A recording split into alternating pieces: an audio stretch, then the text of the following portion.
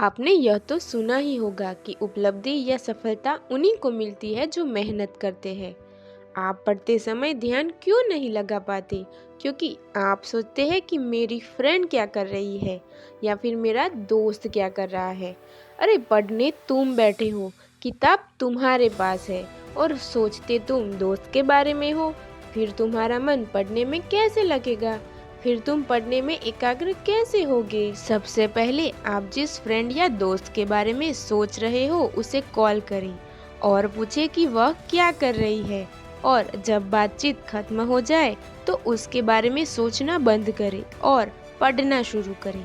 पढ़ने के समय किसी और के बारे में मत सोचो, क्योंकि तुम्हारे दोस्त के तो अच्छे मार्क्स आ जाएंगे लेकिन उसकी सोच में तुम्हारे अच्छे मार्क्स नहीं आ पाएंगे। फिर तुम कहोगे कि मैंने तो 10 घंटे पढ़ाई की थी और मेरे मार्क्स कम क्यों आए, ऐसा क्यों हुआ?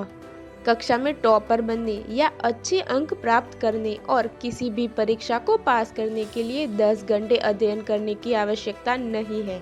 आपको केवल कुछ घंटे ही देने हैं। परीक्षा में अच्छे मार्क्स लाने के लिए आपको आपका पूरा दिमाग और ध्यान दोनों देने की आवश्यकता है। मेरे दोस्त के पास फोन है, वह हर रोज गेम खेलता है, तो मैं क्यों ना खेलूं?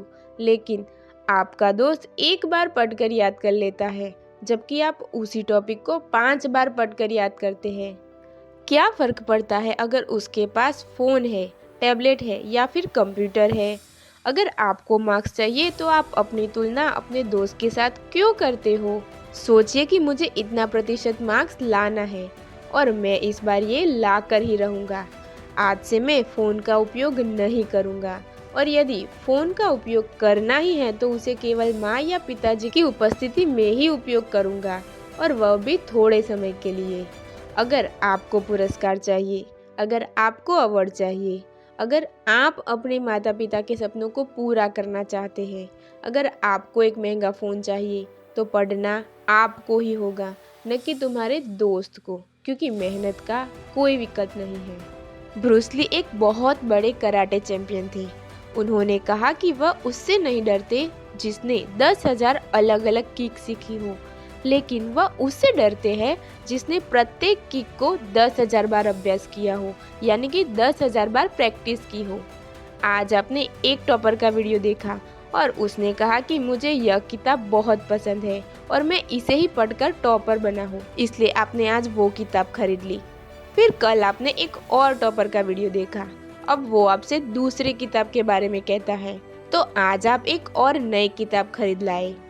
इस तरह किताब मत बदलो, एक ही किताब रखो, लेकिन उसे उतनी बार पढ़ो कि तुम्हें याद रह जाए कि कौन से पेज पर क्या लिखा है, मतलब कि हर एक पृष्ठ को आप अच्छे से याद कर लो। आपने स्वामी विवेकानंद जी का नाम तो सुना ही होगा।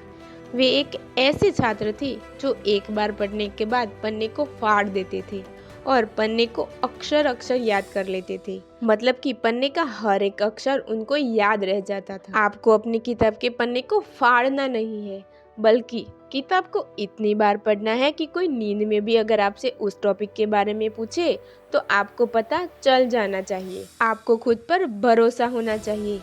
आत्मविश्वास कब आएगा? जब आप अपना दिमाग पूरी तरह से अपने लक्ष्य पर केंद्रित कर लेते हैं। और अंत में मैं बस इतना कहना चाहूँगी कि आपने यह तो सुना ही होगा कि उपलब्धि या सफलता उन्हीं को मिलती है जो मेहनत करते हैं। आप पढ़ते समय ध्यान क्यों नहीं लगा पाते?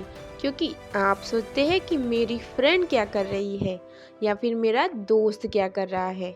अरे पढ़ने तुम बैठे हो, किताब तुम्हारे पास है और सोचते। जय हिंद, जय भारत।